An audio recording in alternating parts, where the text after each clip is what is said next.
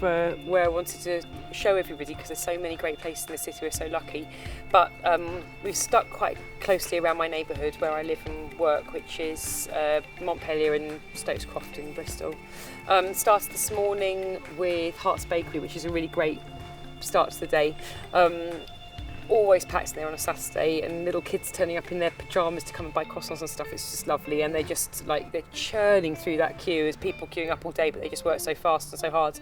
And we got coffee and cake there this morning. Really nice start to the day.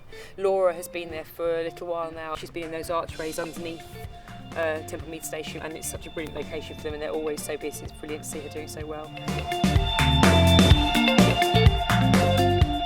We went to Castle Park afterwards, so it was really old part of Bristol, but Castle Park has been made 10 times better for me recently. I never had much reason to go down there, but then Edible Bristol, which is a project that's been built planting vegetable beds all over the city, they planted one of their beds in Castle Park, and there's all sorts of things growing in there. Kale, obviously a big draw for me, but kale. At the moment there's sprouts, there's carrots, there's edible flowers, all sorts of things, and you're allowed to go and help yourself.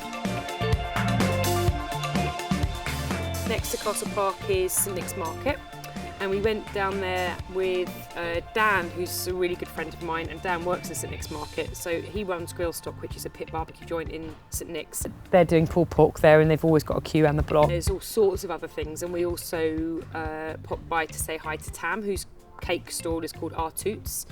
She's doing unbelievably impressive cake displays every day from a tiny space. It makes my cafe look spacious, which is saying something, but she's got all sorts of great stuff, and they've got falafel guys there, and juice guys, and Jamaican food and Portuguese food, Moroccan food, all sorts of stuff. And at the end of the market past Grillstock is Sauce, and Ross and Joe and Liz, 3 friends of mine that I've known for a long time, own that business between them, and there's a fishmongers and a butcher's, and then there's the cafe in there as well, and they had an oyster festival going on at the moment, so we popped by to say hi to them.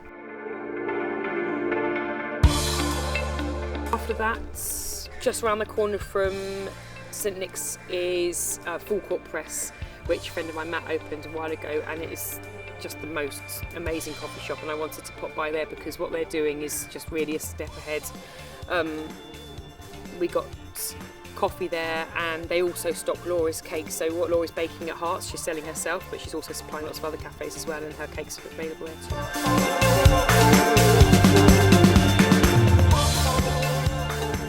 I really wanted to head up to Gloucester Road after we'd been down at St Nick's, because I am so lucky to have that road on my doorstep, and every time I go there it kind of hits me how lucky I am, because I get to shop in the way that I love, which is to pop in and out of shops. You know, I haven't got a car, I shop on foot or on my bike, but I also haven't got children to take with me. I'm on my own, and I can traipse around the shop, which I know is not practical for everybody, but is the way that I'm able to shop, so I enjoy being able to do that. We went really far up Gloucester Road and started at Bakers & Co, which is one of the best places in Bristol to go for brunch. Absolutely love it in there, and it's always busy, and deservedly so. We popped by to see an old friend Darren at Grape and Grind, who's got a brilliant independent shop selling wine and coffee, hence Grape and Grind.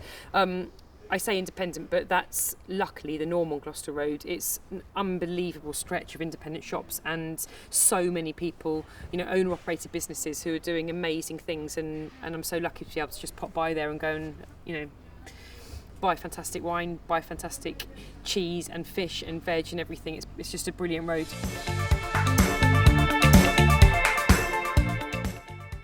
Within 10 minutes walk of Gloucester Road is my cafe, the Pear Café. Jen, who's been working for me she just had her 4th cafe birthday.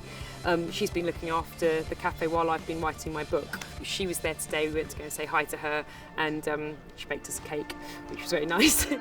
For me, when I think about food and about Bristol, I can't split the two. They're so linked. To me, Bristol is food and food is Bristol. Like it's my whole life here.